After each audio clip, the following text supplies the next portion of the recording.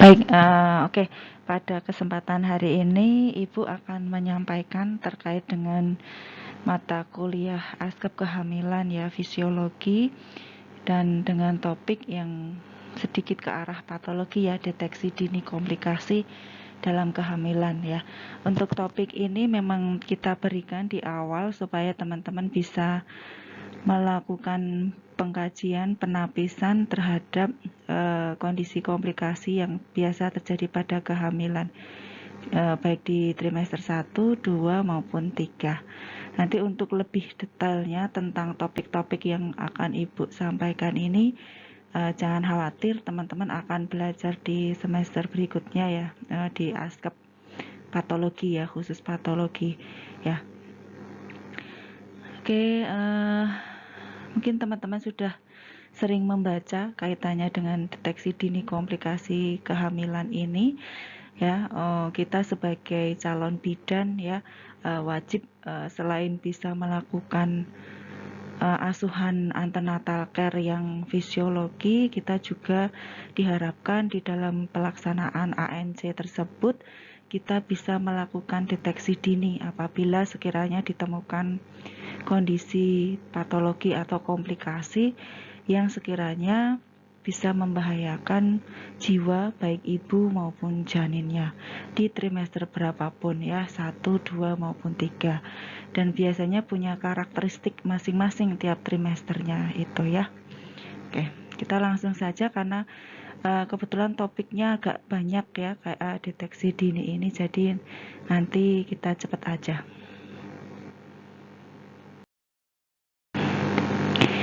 Ya, secara garis besar ya, yang akan kita bahas adalah ada beberapa poin ini ya, yang meliputi perdarahan antepartum ya, perdarahan yang harusnya kalau orang hamil di trimester berapapun tidak boleh terjadi perdarahan ya. Jangankan perdarahan ya, ngeflek pun sebaiknya juga jangan sampai terjadi. Mungkin pada kondisi tertentu pada awal kehamilan bisa saja terjadi flek ya, tapi itu pun hanya sedikit, dan biasanya kalaupun fisiologi itu penyebabnya karena memang saat itu pada trimester awal ya, itu sedang terjadi implantasi yang sekiranya pada kehamilan pada individu tertentu bisa sampai muncul flek, tapi ada juga yang tidak muncul flek, dan itu fisiologi. Tetapi kalau sampai flek itu berkepanjangan bahkan sampai dengan perdarahan, itu sudah ke arah patologi. Berikutnya adalah mual muntah ya, ini biasa terjadi trimester pertama ya, perdarahan antepartum, mual muntah ya, nyeri perut hebat, ini rata-rata terjadi pada trimester pertama. Dan perdarahan antepartum itu sendiri nanti yang sering muncul adalah kondisi abortus ya. Abortus nanti kita bahas, ada banyak variannya ya, dan kita tata laksananya sekiranya kalau tidak bisa dilakukan kolaborasi harus kita lakukan rujukan. Kemudian mual muntah berlebihan ya, di sini notisnya adalah berlebihan. Ketika ibu hanya mual muntah tapi tidak berlebihan, atau hanya mual ya, atau hanya emesis atau morning sickness, dan itu fisiologi, biasanya muncul di trimester pertama. Kemudian kalau nyeri perut hebat ini juga jelas ya, rata-rata kalau pada trimester pertama itu adalah KET. Nanti kita bahas di bawah. Kemudian di trimester 2, 3 ya, ini ada beberapa, mulai dari wajah, kaki bengkak sampai dengan pandangan mendadak kabur. Ini juga sering kita jumpai ya, pada kasus wajah, kaki yang ekstremitas atas ya, itu kalau terjadi udem terus disertai dengan pandangan mendadak kabur ya, pusing hebat, itu kita curiga adanya preeklamsi bahkan eklamsi. Tetapi ketika yang kita temui nanti hanya bagian ekstremitas bawah yang bengkak atau kakinya aja yang bengkak, itu masih fisiologi ya, karena banyak ibu hamil terutama trimester 3 yang mengalami udem atau bengkak di ekstremitas bawah karena sirkulasi darah yang kurang lancar akibat membesarnya umur kehamilan. Tuh. Kemudian yang banyak terjadi juga anemia ya, dan anemia ini sangat sangat berbahaya ya, baik bagi janin maupun ibunya. Apabila selama kehamilan mengalami anemia, risikonya terutama kalau bagi janin biasanya adalah pertumbuhan dan perkembangannya tidak sempurna. Karena kita semua tahu bahwa anemia itu rata-rata karena kekurangan zat besi ya, di mana HB itu sangat berkaitan dengan kemampuan darah itu untuk mengikat nutrisi, oksigenasi ya, yang nantinya sangat dipentingkan untuk pertumbuhan dan perkembangan si janin. Dan kalau pada ibu terutama berefek pada saat nanti persalinan ya, bisa menjadi perdarahan hebat ya ketika si ibu itu melahirkan dalam kondisi anemia. Anemia nanti ada macam-macam, ada ringan, sedang hingga berat. Kemudian air ketuban keluar atau pecah ya, ataupun hanya merembes ya, itu juga merupakan kondisi yang harus segera kita lakukan tata laksana ya, karena salah satu perlindungan janin terhadap infeksi adalah adanya selaput ketuban itu utuh, dan ketika selaput ketuban itu merembes atau bahkan pecah ya, itu risiko untuk terjadi infeksi sangat tinggi ya, dan biasanya kalau sudah seperti itu tidak bisa berlama-lama lagi kehamilannya dilanjutkan, biasanya harus segera dilakukan terminasi ya. Tuh. Kemudian perdarahan hebat ya, perdarahan hebat pada trimester 2-3 biasanya yang muncul adalah kalau nggak plasenta previa adalah solusio plasenta itu ya. Dan biasanya komplikasi-komplikasi itu diikuti dengan masalah pada janinnya. Salah satu indikatornya adalah gerakan janinnya berkurang. Jadi ketika ibu mengeluh gerakan janinnya kok nggak seperti biasa, nggak aktif kayak biasa ya, itu merupakan salah satu tanda bahaya kehamilan yang harus segera ditangani ya. Jadi ini harus kita edukasikan kepada klien kita ya, ibunya, suaminya, keluarganya ya, harus bisa mengingatkan ketika muncul salah satu tanda ini sehingga tidak terjadi keterlambatan dalam penata laksanaan. Secara garis besar ini yang akan kita bahas ya. Oke, selanjutnya kita lebih ke spesifik ya, untuk komplikasi yang biasanya terjadi pada trimester pertama ya. Seperti yang Ibu sampaikan tadi ya, kondisi emesis gravidarum itu patologi. Tetapi ketika sudah hiperemesis gravidarum itu sudah menunjukkan kondisi patologi ya. Kalau emesis fisiologi, kalau hiperemesis patologi ya. Kalau emesis itu biasanya tandanya hanya ibunya mual, kadang muntah, kalaupun muntah hanya sekali 2 kali dan frekuensinya tidak banyak, tidak sering ya. Dan seringnya muncul adalah ketika pagi, makanya sering disebut dengan morning sickness. Tetapi kalau sudah hiperemesis gravidarum ini sudah menunjukkan tanda patologi, dan penata laksanaannya sudah tidak bisa seperti halnya pada emesis gravidarum ya. Kalau emesis itu masuk dalam ketidaknyamanan kehamilan trimester pertama, tapi kalau hiperemesis itu masuk komplikasi kehamilan trimester pertama. Ya, di sini sesuai dengan pengertiannya ya, mual muntah yang berlebihan sehingga sampai mengganggu aktivitas si ibu, dan KU ibu jatuh pada prognosis buruk ya.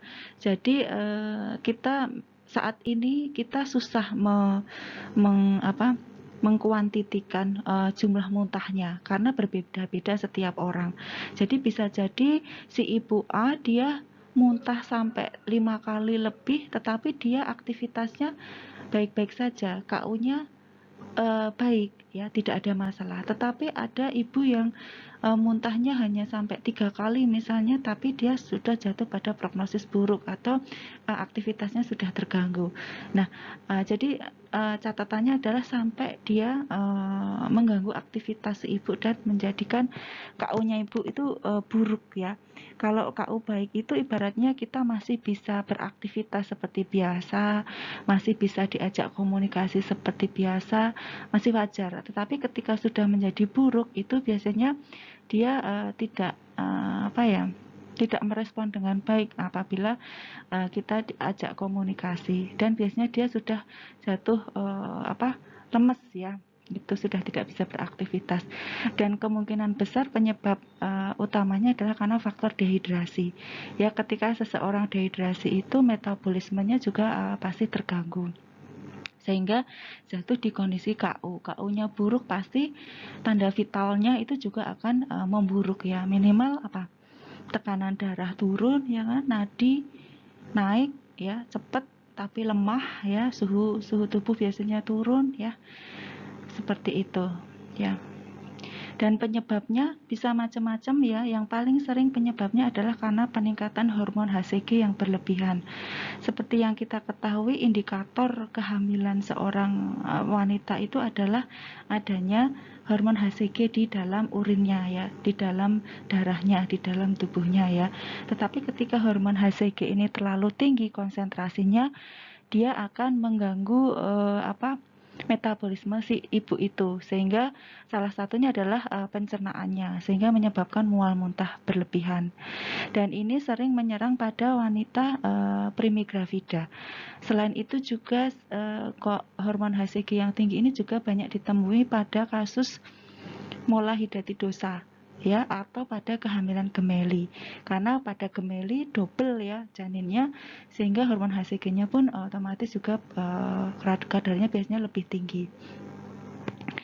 Kemudian faktor organik ya, faktor organik ini kaitannya dengan masuknya Villi choriolis ya. Villi choriolis itu adalah jonjot-jonjot dari permukaan plasenta ya, yang dari janin ya, otomatis yang masuk ke dalam sirkulasi maternal. Nah, di sini sangat erat kaitannya dengan respon imun si ibu ya, seperti yang kita bahas yang lalu ya, bahwa respon imun seorang ibu ini toleransinya sangat dibutuhkan ketika dia mengalami kehamilan. Karena seperti yang kita ketahui bahwa hasil konsepsi itu sebenarnya merupakan benda asing atau antigen, yang mana merupakan kombinasi atau peleburan dari sel sperma dan sel telur yang notabene dari benda asing bagi tubuh si ibu. Dan di sini sangat dibutuhkan toleransi ya, respon imun ya, untuk mentoleransi adanya antigen tersebut, yang bahkan bisa bertahan sampai dengan 40 minggu di dalam tubuh si maternal itu sendiri. Dan terutama ya yang sangat dominan meningkatkan toleransi ibu terhadap adanya antigen atau hasil konsepsi itu adalah HLA-G kemarin ya, gitu ya. Oke, kemudian faktor psikologi ya, lebih ke faktor psikis ya, pasti akan berbeda ketika ibu itu siap menghadapi kehamilan ya, atau memang kehamilannya itu diinginkan atau tidak diinginkan, atau yang jelas kaitannya dengan kondisi psikis ibu. Karena seperti yang kita ketahui, banyak penyakit yang muncul itu salah satu sumber penyebabnya adalah faktor psikis, termasuk hiperemesis gravidarum ini sendiri ya. Kemudian faktor endokrin ya, misalnya pada kasus diabetes atau hipertiroid atau hipertensi, itu biasanya risiko untuk terjadinya HG ini juga bisa meningkat ya.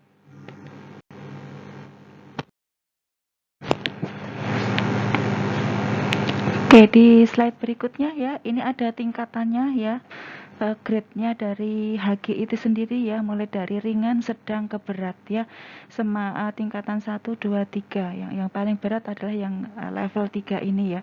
Yang level 3 ini justru biasanya yang tadinya klien itu mengeluh mual muntah, yang grade 3 ini justru malah hilang mual muntahnya.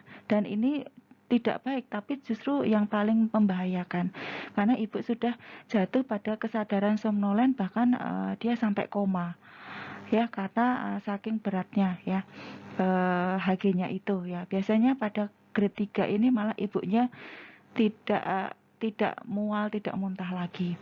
Tapi kalau grade 1, 2 ringan sedang ini biasanya masih mual dan muntah ya. Tandanya hampir mirip ya, sama-sama masih mual muntah ya, diikuti dengan lemah, letih, lesu dan sebagainya, itu BB turun ya, vital sign juga TD turun ya, nadi naik cepat ya, lemah ya. Tapi yang membedakan adalah Kalau pada grade 2 atau yang sedang ini biasanya nafas bau aseton. Ya, kalau ibunya kencing juga urinnya mengandung aseton. Ya, di sini yang khas membedakan grade 1 dan 2. Jadi supaya teman-teman gampang mengingatnya ya, rata-rata sama keluhannya. Kalau grade 2 ada nafas bau aseton sama urinnya mengandung asetonuria. Kalau grade 3 itu mual muntahnya hilang, ibunya jatuh pada kondisi somnolen hingga koma. Dan kalau kita sudah ketemu mulai dari grade 1 ini ya, kita harus sudah langsung merujuk ya. Karena biasanya minimal pasien harus kita infus ya untuk menggantikan hilangnya cairan sehingga dehidrasinya tidak semakin buruk ya.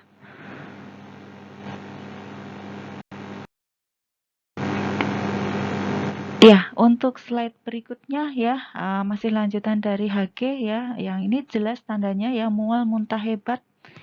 Ya, kita bisa membayangkan lah kalau kita lagi masuk angin ya, seperti itu rasanya udah lemes, nggak enak, mau makan males. Nah, ini bisa dibayangkan pada kasus hiperemesis gravidarum ya, jauh lebih berat kondisinya ya. Kemudian biasanya mual muntah hebat, pasti ibunya akan malas untuk makan ya, makan minum ya. Lambungnya juga biasanya kalau punya gastritis biasanya akan kambuh ya, dan itu makin memperparah rasa mualnya. Kemudian ketika ibunya mual muntah terus, kemudian intake-nya nutrisinya kurang, biasanya ibunya akan jatuh dalam kondisi dehidrasi. Ya, ketika ibu sudah dehidrasi ini yang berbahaya kalau berlanjut lama-lama tadi tanda vitalnya akan memburuk, KU-nya juga akan menurun ya. Bahkan tadi yang grade 3 bisa sampai ibu jatuh pada kondisi koma. Kemudian BB-nya ya jelas karena intake-nya berkurang ya, keluar terus yang mau dimakan ya, pasti BB-nya juga akan turun. Dan tata laksananya juga disesuaikan ya. Biasanya tetap kita bukan kita tapi dokter SPOG yang akan memberikan medikasi, minimal ada antiemetik ya, kemudian sedatif, bisa juga sama tadi antasid ya untuk mengatasi mual pada lambungnya ya. Kemudian istirahat jelas ya. Dan kalau memang karena masalah psikis berarti peran kita, pendampingan kita, dukungan dari keluarga sangat membantu mengatasi ibu mual muntahnya supaya tidak berkepanjangan.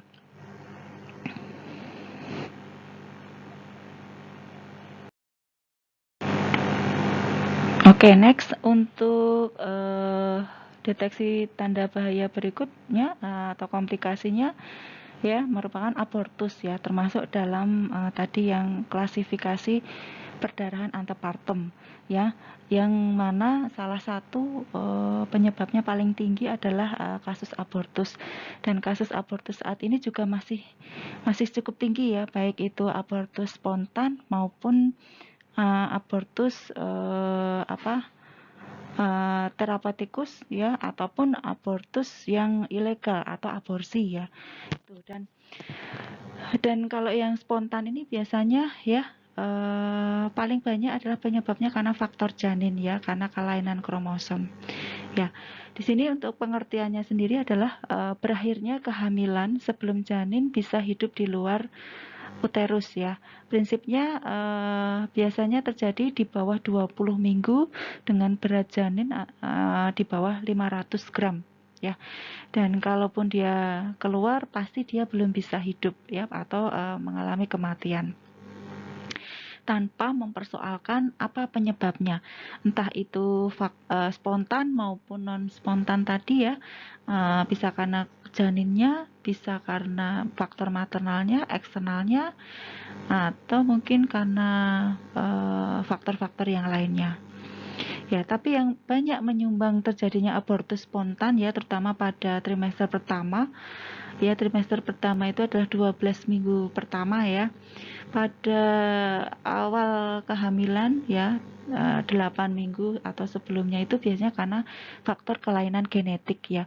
Ketika hasil konsepsi itu mengalami kelainan genetik secara fisiologi dan sesuai hukum alam atau seleksi alam biasanya akan determinasi secara spontan ya, sehingga artinya dia tidak bisa uh, berlanjut ke pertumbuhan perkembangan berikutnya karena memang terjadi kelainan genetik. Jadi dari janinnya sendiri dia tidak mampu untuk hidup ya, karena sudah terjadi kelainan genetik ataupun kelainan kromosom.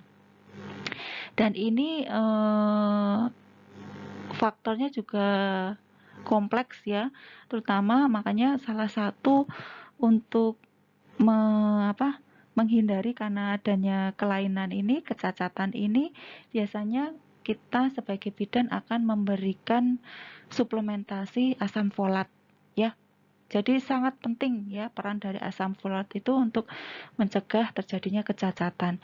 Dan sebaiknya ya mengkonsumsi asam folat itu sebenarnya tidak menunggu sampai si ibu itu hamil.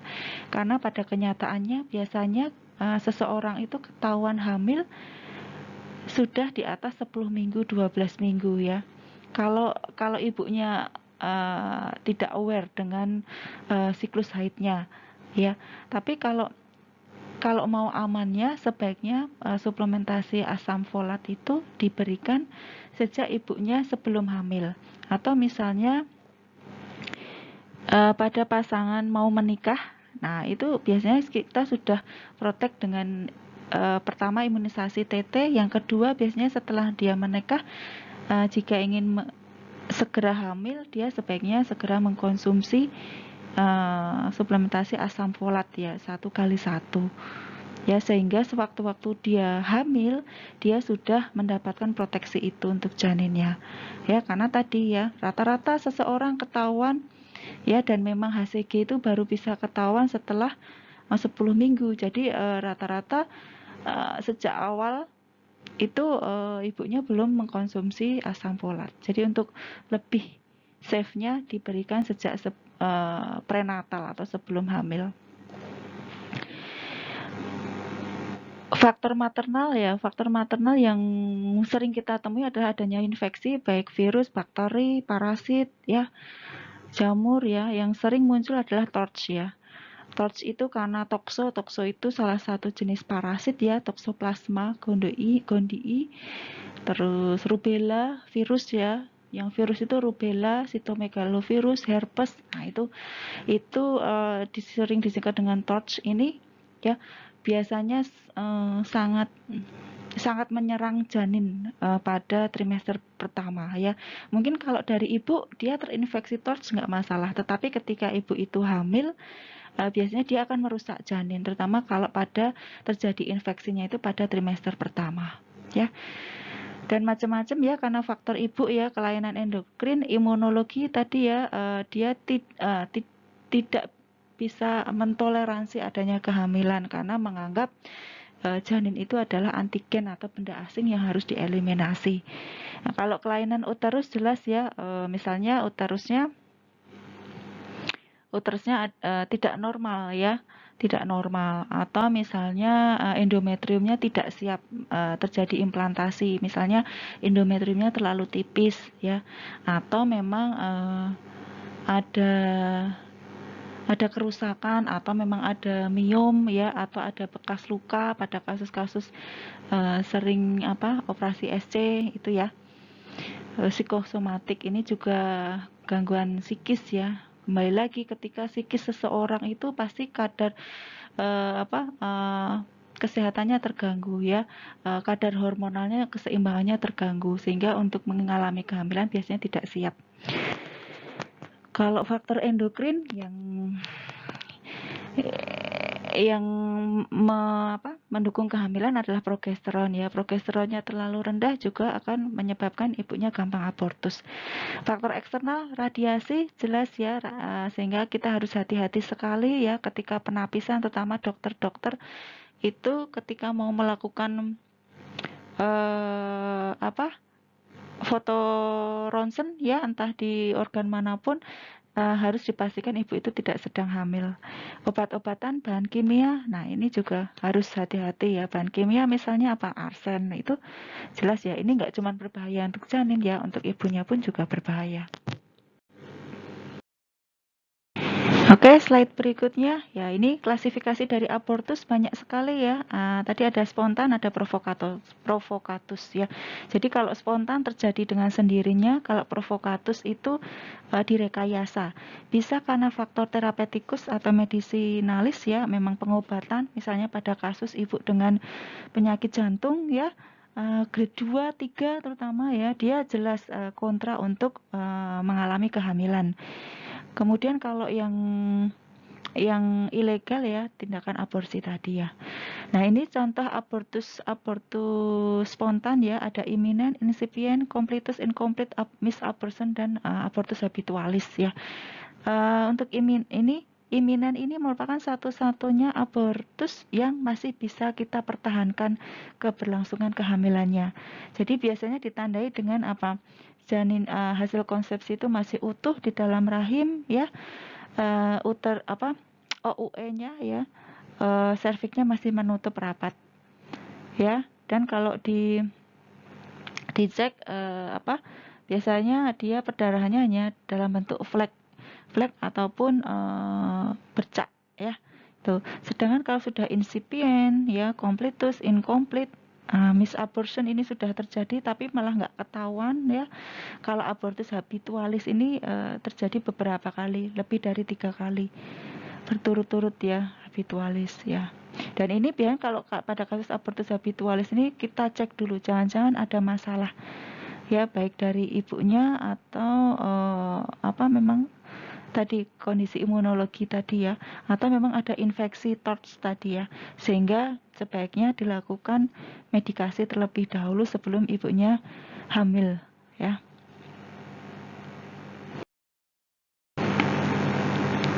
Nah, ini untuk lebih jelasnya ya, membedakan beberapa jenis abortus tadi ya. Kalau imminent ya, ini janinnya itu masih utuh ya, plasentanya, selaput ketubannya semuanya masih utuh dan masih hidup. Ya, dan ini serviknya masih menutup rapat. Ya, kalaupun keluar darah biasanya flek ya, bercak-bercak dan tidak banyak ya. Itu warnanya merah kecoklatan. Sedangkan kalau pada kasus incipient ya, pada kasus incipient ini sedang terjadi ya. Ya, kalau imminent ini abortus yang mengancam, kalau incipient ini abortus yang sedang terjadi. Ya, jadi yang membedakan dengan imminent, ini hasil konsepsinya masih utuh ya. Tapi ini ya serviknya sudah membuka dan biasanya perdarahannya sedang hingga banyak ya. Ini. Dan ini ibunya mulai merasa mules ya, nyeri ya. Kalau ini biasanya tidak, atau kalaupun mules hanya ringan ya. Kemudian kalau incomplete yang membedakan ini ya, kalau yang incipient semuanya masih utuh di dalam uterus, kalau yang incomplete sebagian sudah keluar. Jadi entah janinnya dulu atau bagian janinnya apanya, kepalanya atau apanya, atau mungkin plasentanya atau yang lainnya. Sebagian sudah keluar tapi sebagian masih ada di dalam. Dan serviknya masih membuka. Ya. Sama dengan ini. Bedanya hanya sebagian sudah keluar. Sedangkan kalau yang komplit ini sudah keluar semua. Jadi ini hampir sama kondisinya pada kasus ibu nifas. Ya, semua sudah keluar, hasil konsepsinya lengkap sudah keluar, serviknya sudah menutup lagi. Jadi ini udah tata laksananya udah menunggu sampai involusi uterus seperti kondisi semula. Jadi misalnya ibunya mau hamil lagi, minimal tunggu 3 bulan berikutnya baru bisa untuk program hamil lagi. Gitu ya, jadi biarkan kita tunggu dulu uterusnya involusi dengan sempurna kembali ke kondisi awal. Ya, kalau ini udah nggak usah diapa-apain. Tapi pada kasus yang iminen, ini karena masih bisa dipertahankan, biasanya tata laksana utamanya adalah dia adalah tirah baring total. Ya, bed rest total. Dengan bed rest total akan mengurangi apa motilitas ya, gerakan dari si ibu terutama di daerah abdomen ya, sehingga kondisi di dalam rongga abdomen dalam uterus ini lebih tenang ya. Jadi diminimalisir adanya gerakan atau kontraksi, dan jelas ini kontra untuk melakukan koitus terlebih dahulu ya. Tuh, kalau yang ini ya incipient incomplete ini harus terminasi dikeluarkan, bisa dengan ditunggu sampai lahir spontan, bisa dengan dilakukan kuretase. Ya, kuretase sekarang yang direkomendasikan adalah dengan aspirasi vakum manual ya, lebih aman dan lebih bersih.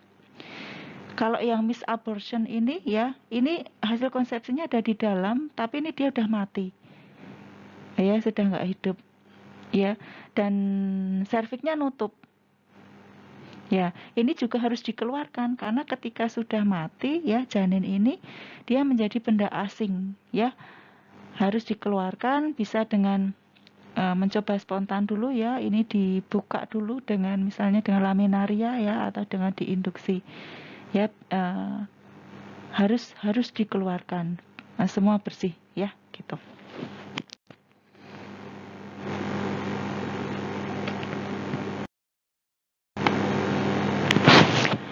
Oke, yang berikutnya ya, KET atau kehamilan ektopik terganggu ya. Ini masuk dalam kategori tadi, nyeri hebat terutama pada trimester pertama ya. KET ini selain nyeri hebat juga masuk dalam perdarahan antepartum juga, karena biasanya juga disertai dengan flek atau perdarahan ya. Yang sangat membedakan pada kasus KET ini ibunya sangat kesakitan ya. Jadi tidak hanya nyeri atau mules seperti pada kasus abortus, tetapi ini sangat nyeri ya, atau nyeri hebat. Bahkan ibu bisa jatuh pada kondisi shock karena kesakitan atau shock neurogenik, dan shock hemoragik karena ada perdarahan di dalam. Kalau teman-teman lihat di sini ya, intinya adalah KET ini semua kehamilan di mana implantasinya itu selain di dalam uterus atau di luar uterus ini. Normalnya implantasi itu harus di uterus ya, dan spesifiknya itu di daerah fundus ya. Itu ya. Karena kalau implantasinya di bawah pun menjadi patologi seperti yang nanti kita bahas pada kasus placenta previa. Ya, tapi kalau pada KET ini ya, pokoknya di luar uterus, entah itu di dalam di dalam tuba atau di serviknya atau di tempat lainnya ya. Dan ini contoh gambar di sini adalah dia implantasinya di saluran tuba ya. Nah, ini untuk etiologinya ya, pertama adalah kelainan tuba ya, yang sering terjadi ya, karena kita seperti yang kita ketahui bahwa tempatnya konsepsi atau fertilisasi itu ada di daerah ampula ya, di daerah ampula ya, atau daerah ujung sini ya. Ya, kalau kita ingat-ingat kembali mata kuliah anatomi ya, di situ ya normalnya terjadi fertilisasi. Setelah terjadi konsepsi, maka sel-selnya akan membelah ya, makin banyak makin besar ya. Kemudian dia akan bermigrasi dengan dibantu silia-silia yang ada di permukaan tuba ini, sehingga sangat dibutuhkan kondisi tuba yang normal, artinya ukurannya pun bisa dilewati oleh hasil konsepsi itu sendiri ya. Pada riwayat infeksi ya kronis ya, biasanya ada yang menyerang tuba, menyebabkan tubanya menyempit ya, sehingga tidak bisa dilewati. Akhirnya apa? Ya hasil konsepsinya itu, zigotnya itu tetap hidup, berkembang, tetapi tempatnya saja. Jadi ini hasil konsepsinya itu normal, hanya tempat implantasinya yang tidak normal.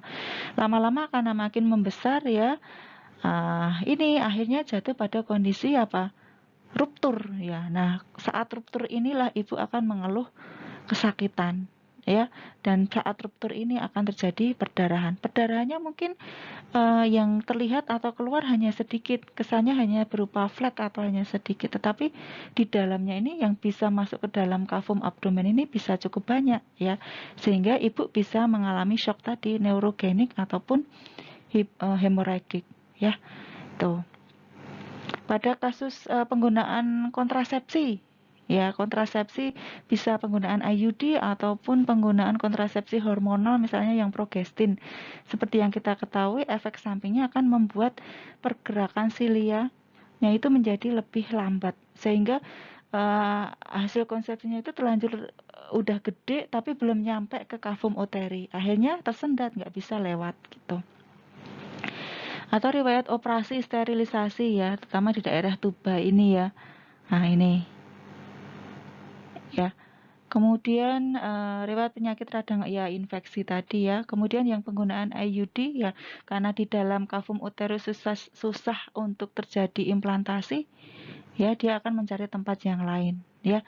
Jadi belum tentu ketika seseorang ini menggunakan IUD dia sudah tidak bisa hamil, ya. Makanya ada kasus angka kegagalannya sekian %. Nah, itu termasuk yang itu, ya. Dia masih bisa terjadi kehamilan. Kalaupun terjadi kehamilan, dia susah mengalami implantasi karena faktor dari IUD ini, ya. Riwayat KET sebelumnya juga akan meningkatkan risiko terjadi KET yang berikutnya.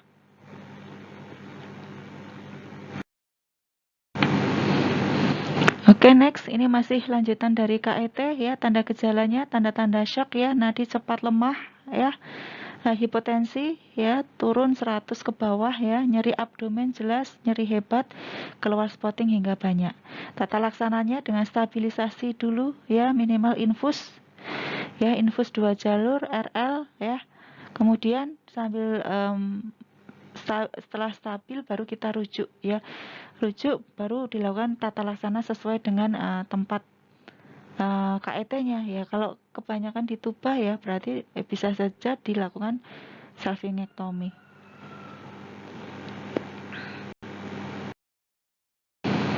Oke, next, komplikasi berikutnya adalah mola, ya, atau hamil anggur. Kalau teman-teman sudah sering dengar istilah ini, ya, mola hidatidosa, ini di mana kondisi hasil konsepsinya itu tidak berkembang, janinnya itu nggak ada, ya. Jadi yang ada hanya proliferasi yang berlebihan dari villi chorioalis, ya, yang harusnya tadi nantinya akan menjadi bagian dari plasenta, ya. Villi chorioalis ini yang akan masuk ke selaput endometrium desiduanya si ibu, ya, tetapi dia proliferasi berlebihan, selnya tambah banyak dan tambah besar, tetapi janinnya nggak ada. Ya, di sini contohnya seperti ini gambarnya, ya. Kalau di USG tidak akan ada janinnya, ya. Dia akan muncul seperti kabut salju warnanya putih-putih, ya. Itu kalau dicek dengan USG. Dan jelas kalau kita USG atau kita dengarkan dengan Doppler, Linek, jelas nggak akan ada denyut jantung janinnya karena embrionya tidak berkembang, ya. Bisa karena faktor ovum, ya, imunoselektif terhadap trofoblast, ya, paritas tinggi, kekurangan protein, ya. Nanti untuk tata laksana dari mola ini, ya, jelas harus dilakukan kuretase, ya. Dan harus dipantau kadar HCG-nya karena biasanya kalau pada kasus mola ini HCG-nya tinggi, ya, dan biasanya disertai dengan hiperemesis gravidarum.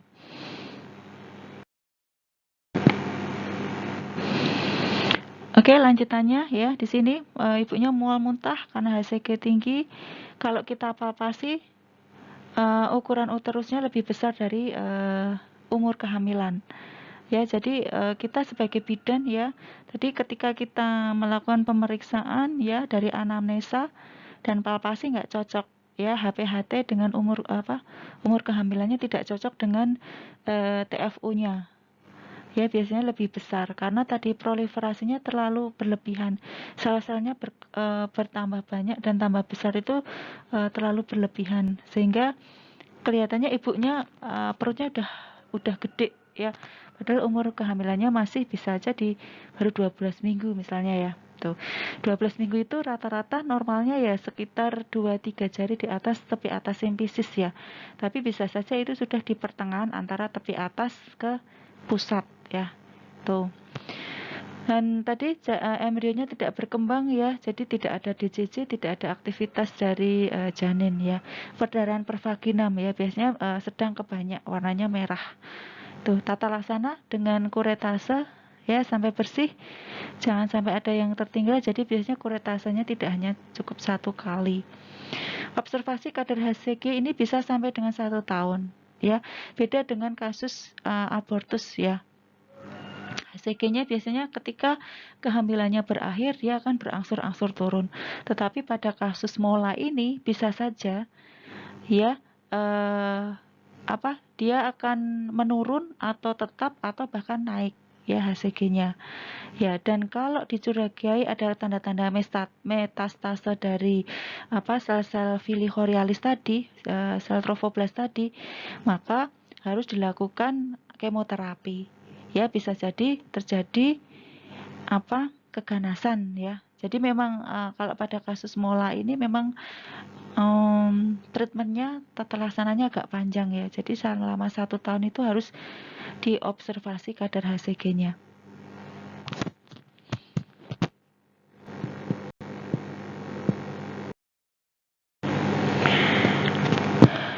Oke, selanjutnya kita ke terutama di trimester 2 dan 3 ya, komplikasi atau deteksi dini komplikasi kehamilan.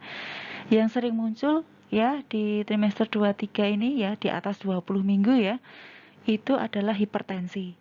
Ya, hipertensi yang sering muncul adalah dan banyak menyebabkan kematian ibu adalah ini yang preeklamsi ini. Yang nomor 3 ini. Nah, yang pertama adalah hipertensi esensial. Ya, esensial ini ibu sejak sebelum hamil dia sudah hipertensi. Ya, batasannya adalah 140/90 mm Hg. Ya, jadi bukan karena kehamilannya, ya ibunya ini hipertensi. Nah, sedangkan kalau terjadi setelah hamil adalah termasuk dalam hipertensi gestasional. Dan yang sering terjadi adalah yang ini, preeklamsi. Dengan penyebabnya itu belum pasti atau disebut dengan disease of theory. Ya, cuma beberapa riset menunjukkan salah satunya yang menonjol adalah karena faktor imunologi tadi. Jadi ibunya itu alergi dengan kehamilannya atau seperti yang ibu bilang tadi hasil konsepsi itu adalah benda asing ya atau dibaca antigen oleh si tubuh ibu dan dia toleransinya tidak dia intoleransi terhadap kehamilannya itu. Jadi secara imunologi dia akan berusaha menolak ya karena rata-rata prognosis pada kasus preeklamsi bahkan sampai eklamsi dia ketika kehamilannya diterminasi maka prognosisnya akan membaik ya akan hilang sendiri. Jadi preeklamsi ini memang unik ya sampai sekarang pun kita belum bisa memastikan penyebab pastinya itu apa. Cuma tanda yang biasanya muncul dan harus wajib ada adalah hipertensi ini. Nah, cara bedainnya dengan yang esensial sama gestasional gimana Bu? Cara bedainnya adalah ini terjadi setelah umur kehamilan 20 minggu. Ya, ketika kita ketemu klien datang, dia UK-nya di atas 20 minggu, ditemukan hipertensi di atas 140/90 mm Hg, kita harus langsung curiga dia suspek preeklamsi. Kita tidak usah menunggu pemeriksaan protein urin ini positif atau udemnya anasarka ini positif, ya. Ya, protein urin ini biasanya menyertai pada kasus preeklamsi ini ya, dan biasanya sudah terjadi kerusakan organ. Jadi sudah ibaratnya sebenarnya sudah telat ya ketika sudah terjadi protein urin. Artinya ketika terjadi protein urin berarti ginjalnya sudah rusak, sudah bermasalah.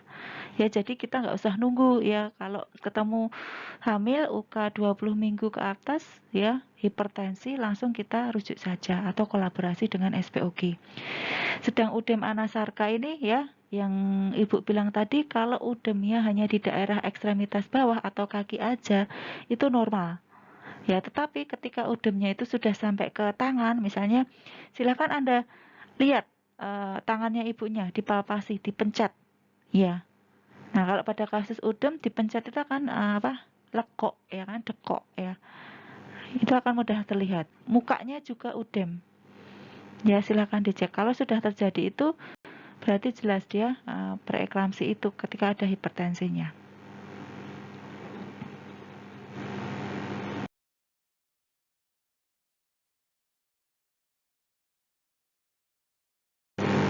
Oke, next selanjutnya adalah kaitannya dengan penata laksanaan ya.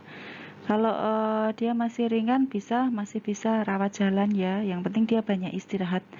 Ya, karena dengan banyak istirahat, berbaring ya, hindari stres ya. Itu bisa lebih cepat menurunkan tekanan darahnya. Kemudian diet tinggi protein ya, rendah karbo, rendah lemak ya.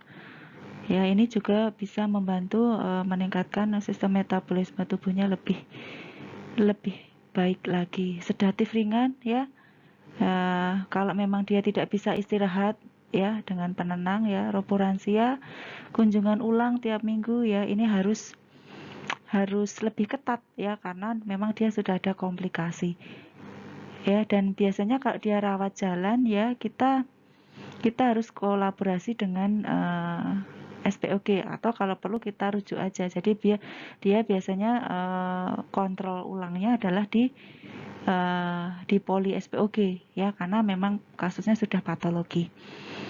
Ya, kalau PEB ya dia harus rawat inap ya.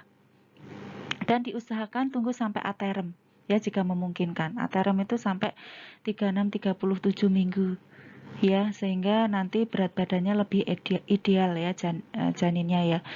Kalau memang masih memungkinkan ya, dia toleransi terhadap, responnya terhadap obat-obatan bagus, terutama yang untuk menurunkan tensinya ya. Kemudian kalau memang dia sudah aterem ya, kita tunggu bisa persalinan secara spontan ya. Bisa juga dibantu dengan induksi. Ini juga harus hati-hati, karena ketika diinduksi bisa saja memicu tekanan darahnya naik ya. Atau paling akhir ya dengan cara di SC. Ya, nanti kita bahas lebih dalam ketika di askep patologi. Tadi yang pertama adalah hipertensi, kemudian ada plasenta previa. Ya, plasenta previa ini termasuk dalam perdarahan antepartum ya, tapi biasanya dia terjadi pada trimester 2 ke atas ya. Plasenta previa ya, kondisi di mana plasentanya ini berimplantasi di segmen bawah rahim. Ya, bisa menutup secara keseluruhan atau hanya sebagian ya. Kalau keseluruhan berarti dia masuk dalam plasenta previa totalis ya. Ada totalis, ada marginalis. Marginalis itu di pinggir ya, di pinggir OUI ya. OUI itu Orificium Uteri Internum ya. Itu ya, bagian dari serviks itu ya. Nah, jadi kalau dia nutup semuanya ya, dia totalis. Kalau hanya di pinggir ya marginalis ya. Atau plasenta letak rendah itu di bagian bawah, jadi tidak sampai menyentuh OUI. Tanda gejalanya yang khas pada plasenta previa, ibunya keluar darah tapi tidak nyeri ya. Darah yang keluar warnanya segar ya, biasanya segar, merah segar ya. Ini yang khas membedakan antara plasenta previa dan solusio. Kalau solusio ibunya pasti ngeluh kesakitan dan darahnya warnanya merah kehitaman. Tapi kalau pada plasenta previa, ini sama-sama terjadi di trimester 2-3 ya, ibunya nggak ngeluh nyeri dan darahnya biasanya merah segar. Oke. Ini banyak terjadi pada grande multi ya. Grande multi itu kehamilan di atas 5 kali ya. Nah, ini kenapa? Karena memang secara fisiologi inti dari terjadinya plasenta previa itu adalah plasenta itu mencoba untuk memenuhi kebutuhan nutrisi maupun oksigenasi dari janin. Jadi ketika dia tidak cukup, ya, dia akan memperluas permukaan plasenta itu. Jadi plasentanya itu biasanya lebih lebar dan lebih tipis. Nah, pada kasus Granda multipara itu mungkin dulu pas awal-awal hamil yang dulu sudah bagus di daerah fundus. Tapi lama-lama kan sudah pernah dipakai, pasti kualitas dari permukaan endometrium daerah fundus itu akan menurun, sehingga untuk pemenuhan nutrisi oksigenasi untuk janin dari plasenta itu kurang adekuat, sehingga plasenta itu akan melebar, berekspansi mencari tempat-tempat yang sekiranya bisa untuk mencukupi kebutuhan dari si janin itu. Itu salah satu penyebab dari terjadinya plasenta previa, ya.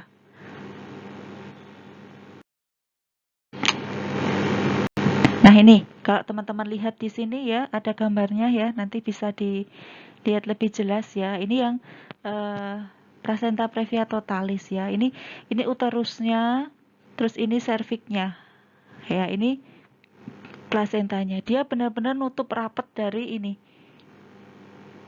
OUI-nya ini ketutup rapat, ya. Nih, sedangkan kalau pada kasus lateralis, ya, hanya sebagian dari OUI, ya, tertutup oleh plasenta. Jadi hanya sebagian saja. Sedangkan kalau marginalis ini di pinggirnya, kayak gini, ya. Sedangkan pada letak rendah ini di daerah segmen bawah rahim, ya. Yang perlu teman-teman ketahui, biasanya semakin meningkatnya umur kehamilan, janinnya makin besar, ya kan, itu akan terbentuk segmen bawah rahimnya ini akan sebagian tertarik ke atas, ya. Bisa jadi yang tadinya totalis menjadi lateralis atau marginalis, bisa jadi, ya, karena kan secara fisiologi, ya, ini akan ketarik ke atas sebagian, ya, segmen bawah rahim ini, ya. Bisa jadi yang tadinya plasenta previa menjadi tidak plasenta previa, begitu, ya. Untuk manajemen kasus plasenta previa, ya, ini, ya, karena ibunya kan ini tadi seperti orang haid, ya. Jadi dia tidak mengeluh nyeri, ya. Mungkin kalau orang haid malah ada keluhan dismenor, ya. Ya, jadi ini lebih, ibaratnya lebih waktunya lebih fleksibel lah. Maksudnya tidak seperti ada kasus solusio, ya, yang harus saat itu juga, ya. Ya, jadi ini pada kasus plasenta previa ini, ya, kontra untuk dilakukan pemeriksaan dalam. Jadi ketika teman-teman ketemu klien hamil, ya, trimester 2, 3 dengan keluhan keluar darah merah segar dari kemaluan, ya, dan biasanya ibu tidak merasakan nyeri, Anda langsung curiga itu plasenta previa. Dan kalau Anda curiga plasenta previa, jangan pernah melakukan pemeriksaan dalam, ya. Jangan di PD, karena dengan di PD pasti itu akan semakin memperparah perdarahannya dan bahkan akan merusak plasentanya karena tindakan Anda itu, ya. Kalaupun Anda mau memastikan, kalau di Jogja mungkin sudah nggak perlu, ya. Di Pulau Jawa mungkin nggak perlu, ya, bisa langsung USG, ya kan. Tapi kalau di daerah luar Jawa dengan kondisi geografis yang berbeda-beda, fasilitas yang berbeda-beda, ya, kalau memang mau memastikan itu plasenta previa, USG nggak ada, ya, paling pas ya memang di USG akan kelihatan plasentanya di bawah, ya kan. Tapi kalau memang nggak memungkinkan, harus misalnya harus dipastikan dengan jangan pernah di PD, tapi boleh di inspekulo, tapi jangan terlalu dalam, dan itu harus benar-benar hati-hati. Tujuannya apa? Tujuannya untuk memastikan bahwa memang darah itu keluar dari OUI.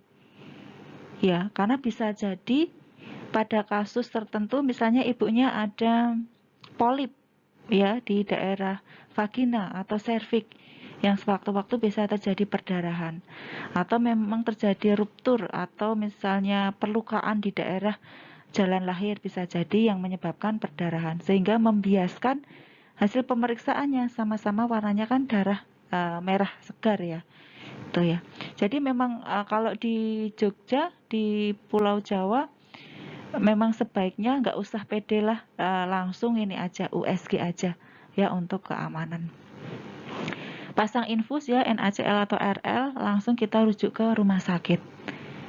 Ya, bila perdarahannya banyak segera SC, tapi kalau sedikit bayi prematur ya belum aterem bisa dipertahankan, ditunggu dulu sampai seenggaknya aterem 36-37 minggu misalnya ya. Dengan ibunya biasanya opnam.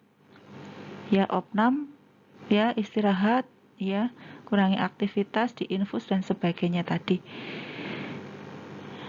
Oke. Oke, selanjutnya kita berlanjut ke solusi atau abrupsio plasenta ya. Tadi yang Ibu di awal sudah singgung ya, ciri khas yang membedakan solusio dan plasenta previa adalah perdarahannya dan sifat nyerinya. Pada kasus solusio, perdarahannya biasanya bisa sedikit sampai banyak dengan warna merah tua ya, dengan keluhan nyeri hebat si ibu ya. Dan biasanya tampilannya, maksudnya wajahnya ibu sudah menunjukkan tanda-tanda kesakitan dan tanda-tanda shock ya. Ibunya terlihat cemas, berkeringat, keringat dingin ya, vital sign-nya tekanan darah turun, nadinya cepat tapi lemah dan seterusnya, sudah menunjukkan tanda-tanda shock ya. Ya, jadi pengertiannya adalah terlepasnya plasenta dari tempat implantasinya yang normal sebelum janin lahir. Jadi normalnya plasenta itu harus lepas setelah janinnya lahir. Ya, tapi kalau terjadi sebelumnya, nah ini patologi. Ya bisa lepasnya sebagian ya, sebagian kecil, sebagian banyak atau bahkan totalis ya. Bisa dibayangkan jumlah perdarahan yang tersembunyi ya. Karena dalam 1 menit itu bisa sampai dengan setengah liter lebih ya pada kehamilan aterem itu darah yang masuk ke dalam plasenta. Ya. Jadi sangat cepat ya proses perdarahannya. Perdarahannya biasanya tersembunyi ya. Ya, perdarahannya intermiten ya, terus-menerus ya. Karena perdarahan terus ya, lama-lama perutnya ini ya keras ya. Jadi pada palpasi perabaannya ibunya ketika diraba akan kesakitan ya dan teraba keras seperti papan. Jadi bayangkan meja Anda sekarang palpasinya seperti itu. Ya, dan ini perdarahannya terus ya, karena tadi setiap 1 menit itu bisa lebih dari setengah liter pada kehamilan aterem. Nah, kalau pada solusio plasenta hanya sebagian ya, tidak sampai seperempatnya, ya bisa dipertimbangkan ya untuk menunggu sampai aterem. Tapi kalau sudah seperti itu ya, berarti cito harus saat itu juga dilakukan SC ya. Selanjutnya adalah faktor predisposisi atau penyebabnya hipertensi ya. Seperti yang ketahui karena hipertensi itu kan tekanan darahnya tinggi ya. Menekan terutama sirkulasi uteroplasenternya itu tekanannya kan tinggi. Ya ibaratnya kalau keran ya, kerannya di paling gede terus habis itu kita pencet ujungnya itu kan tekanannya tinggi gitu kan. Jadi secara logikanya memang akan menekan villi-villi chorioalisnya itu lebih kuat ya, sehingga ada risiko ada bagian villi yang lepas. Nah, bagian villi yang lepas ini akan membuka arteri yang berasal dari ibu. Nah, karena pada plasenta yang masih ada di situ sehingga kan uterus tidak bisa berkontraksi untuk menutup arteri yang terbuka tadi.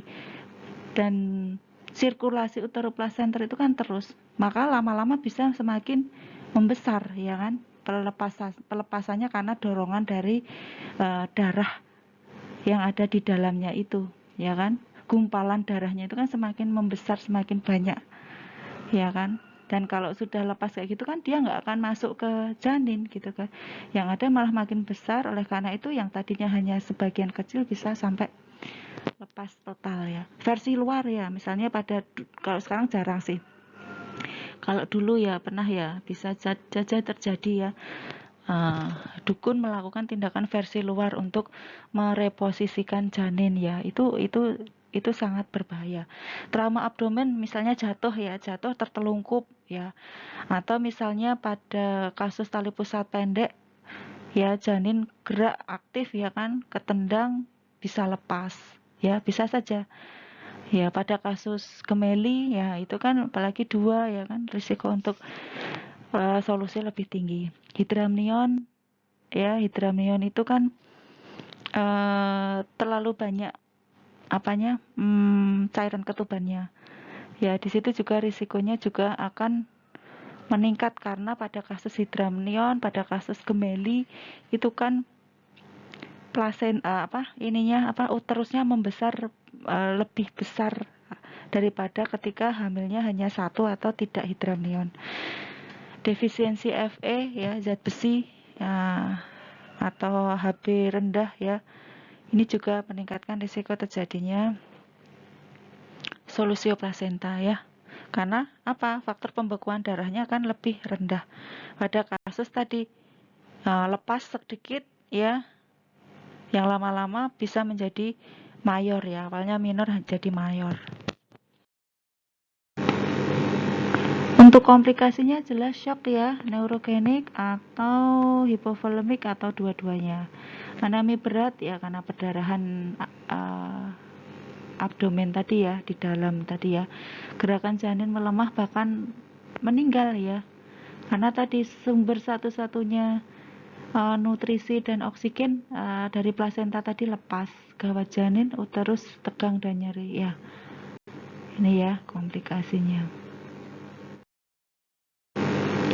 Nah ini pada abrupsio atau solusio seperti ini ya. Ada gumpalan darah di dalam permukaan antara plasenta dan maternal di sini. Normalnya kan harusnya melekat. Jadi darah yang masuk dari arteri ibu maternal ini langsung masuk ke vili di sini. Langsung masuk ke sirkulasi darah janin. Tapi ketika lepas yang tadinya tadi hanya minor ya lama-lama karena tidak bisa kontraksi kan ini uterus.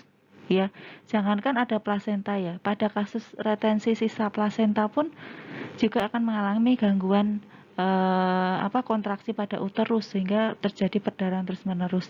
Nah, pada ini ya kan dia nggak bisa kontraksi, jadi arteri-arteri yang ada di permukaan ini tetap buka. Ya, jadi darahnya masuk terus gini, yang tadinya minor makanya bisa jadi mayor, bahkan bisa lepas totalis tadi. Ya, makanya perdarahannya tersembunyi kan kalau pada kasus solusio. Kalaupun keluar hanya sebagian kecil dan nggak fresh dari sini, makanya warnanya merah kehitaman. Nah, janin yang satu-satunya sumber nutrisi oksigen dari sini, ya lama-lama dia akan hipoksia. Ya, lama-lama akan terjadi IUFD, ya kan?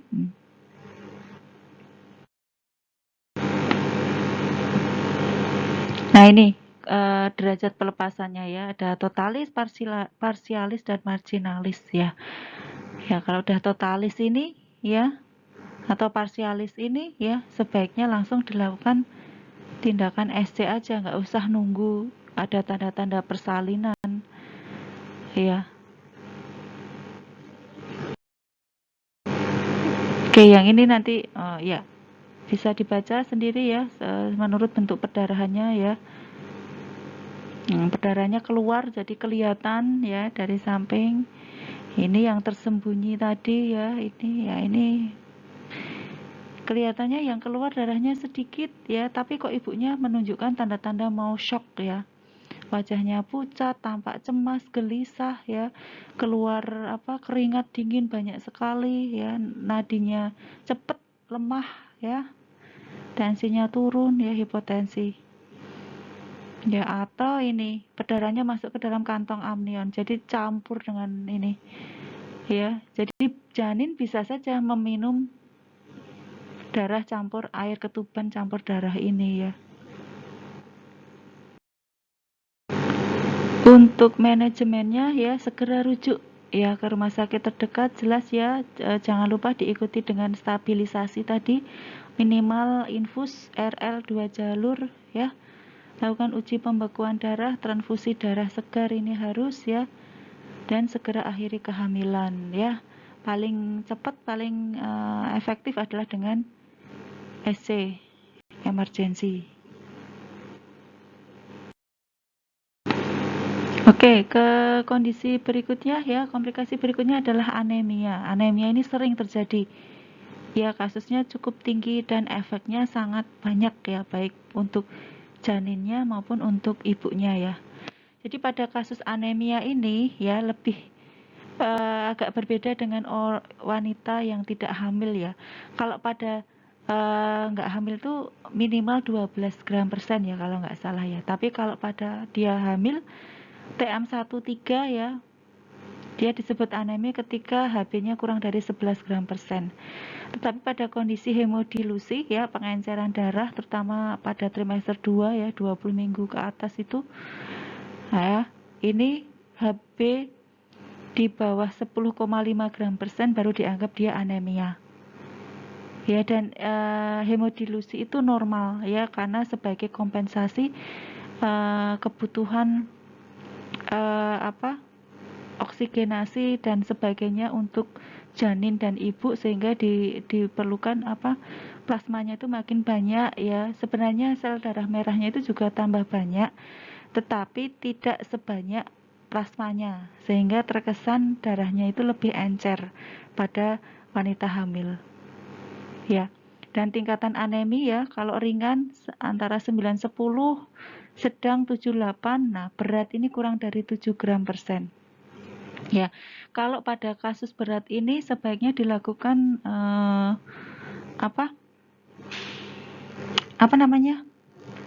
transfusi darah ya. Kalau sudah sampai anemia berat atau kurang dari 7 gram persen. Tapi kalau masih ringan sedang, biasanya masih cukup dengan pemberian suplementasi ya, double ya. Kalau biasanya kalau enggak anemia itu kan kita kasih dosisnya 1x1 ya, Fe-nya ya. Tapi kalau sudah anemi kita double ya. Diikuti dengan tadi aktivitasnya dikurangi, banyak istirahat ya. Terus pola makannya diperbaiki ya, makanannya cukup mengandung Fe, terutama yang bagus itu Fe yang berasal dari hewani. Ya, misalnya dari daging ya. Daging, hati, telur ya. Itu karena kalau dari nabati ya, itu misalnya kayak bayam itu cuma sedikit ya, sangat sedikit. Jadi kalau mau untuk dongkrak HB itu ya dari hewani tadi, lebih cepat, lebih banyak. Ya, karena dia juga Fe-nya juga lebih cepat diserap oleh tubuh. Itu ya. Terus kemudian juga diperhatikan, Anda cross check, dia intake-nya udah bagus, tetapi dicek jangan-jangan penyerapannya yang terganggu. Jangan-jangan dia pola makannya nggak benar. Misalnya dia udah makannya bagus, tapi sambil makan disertai dengan makanan atau minuman yang menghambat penyerapan dari zat besi itu. Yang paling sering terjadi adalah minumnya air teh ya, kayak gitu ya. Itu sering terjadi di masyarakat Indonesia dan termasuk kita ya. Ibu yakin itu teman-teman juga suka kan minumnya es teh ya kan. Apalagi kalau panas-panas gitu ya. Oke, ya. Jadi ini harus diperhatikan ya, terutama kalau pada hamil ya.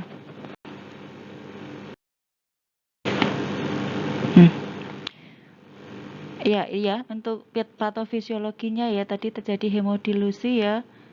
Ya, Pak, mulai 10 minggu ya sudah mulai terjadi pengenceran darah.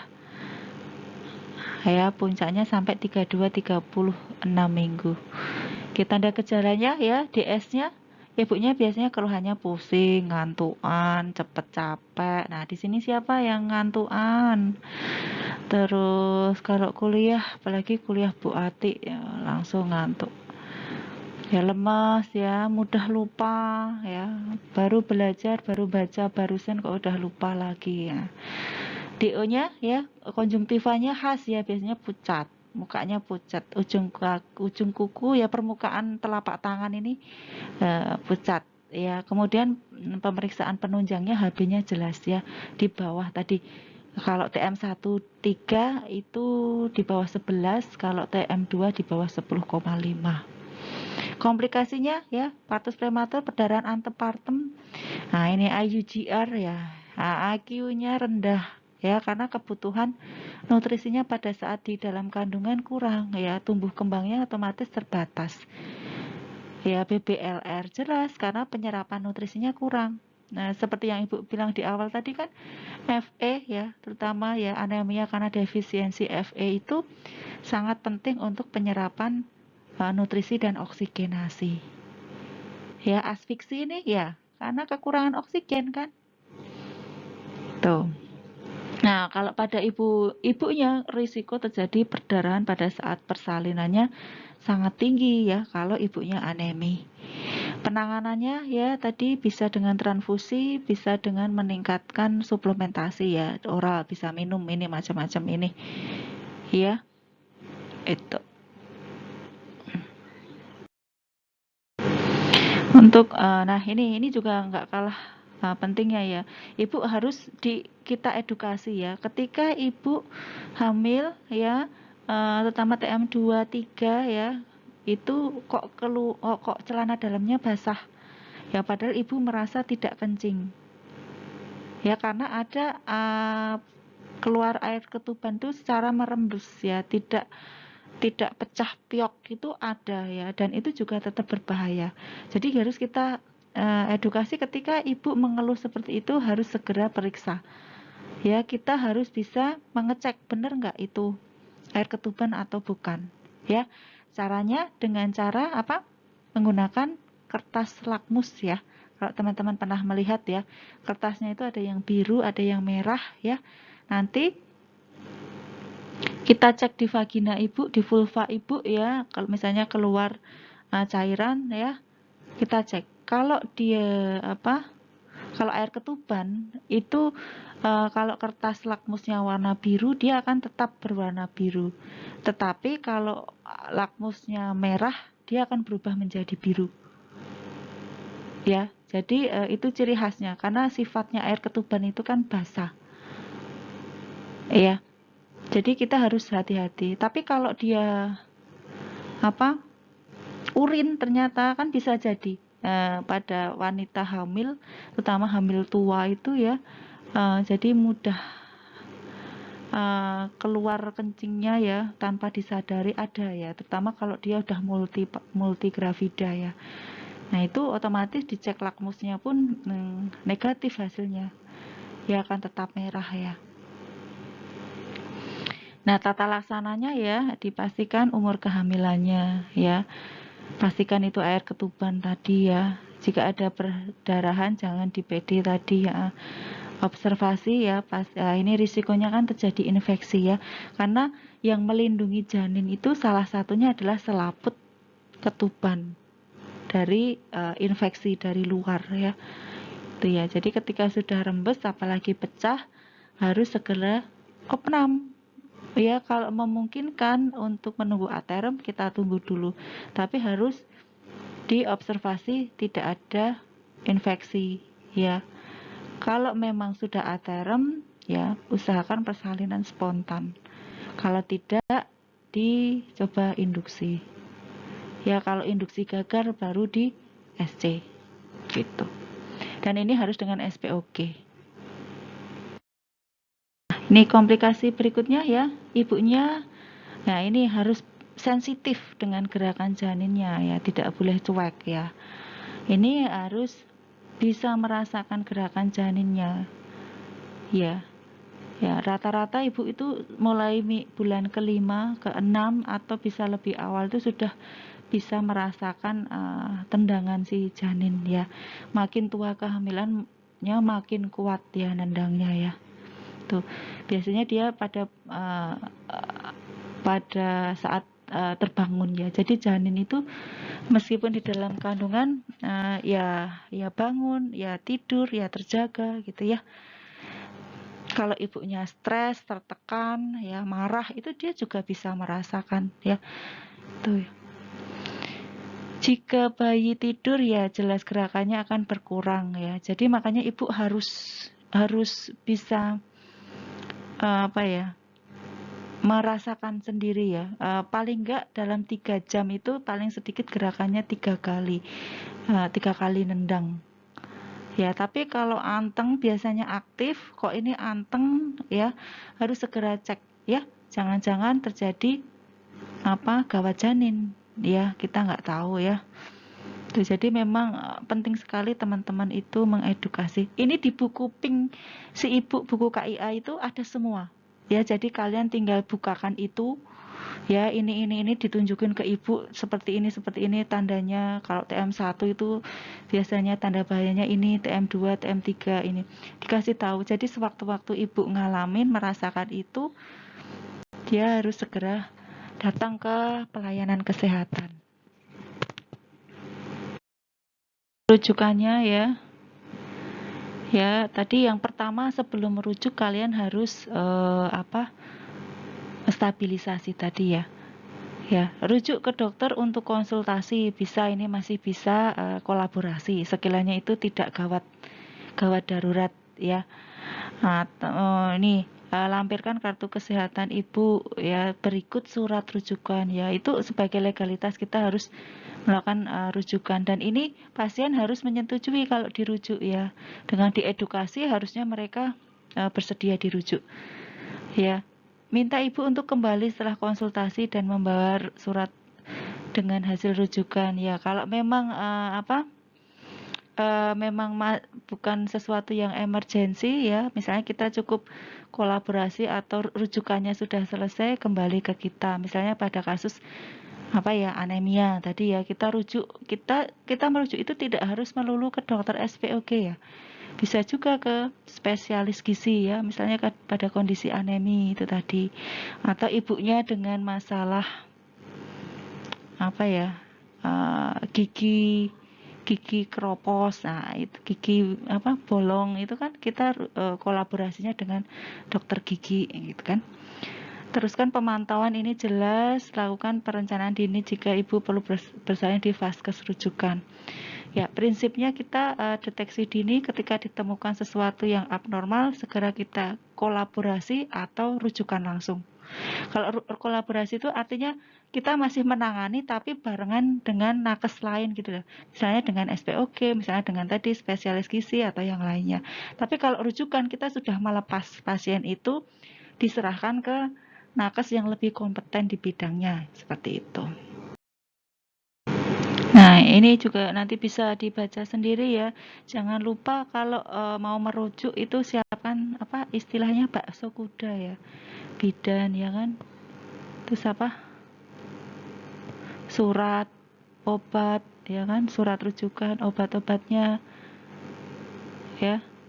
Pendampingan, ya. Persiapan transportasi jelas, ya. Transportasi, makanya kalau orang hamil itu harus ditanya persiapan persalinannya itu, ya. Minimal nanti bersalin di mana, kemudian transportasinya pakai apa, siapa pendampingnya, terus misalnya terjadi perdarahan, siapa yang akan membantu transfusi darahnya itu, mau minta donor darahnya itu mau minta siapa, dan sebagainya. Biayanya juga perlu, ya. Nah, kalau sekarang kan rata-rata pakai asuransi, ya. Oke, ini yang terakhir, ya. Ya, ini. Untuk kehamilan dengan kondisi gawat darurat, ya, harus dilakukan rujukan segera. Ya, rujukan ke vaskes yang lebih tinggi, ya, yang terdekat, ya. Ya, berikan cairan infus intravena 2 jalur kanan kiri, ya. Temani ibu, ya. Jadi jangan pernah merujuk itu kok pasien dirujuk dia disuruh berangkat sendiri hanya sama suaminya misalnya, ya, atau dipesenin Grab atau apa itu. Jangan, ya. Anda atau bidan Anda harus ada yang mendampingi, ya. Salah nanti Anda, ya, ketika melepas pasien ke tempat rujukan sendiri. Bawa obat-obatan yang dibutuhkan, ya, catatan medis, ya, buku KIR, RM. itu harus dibawa.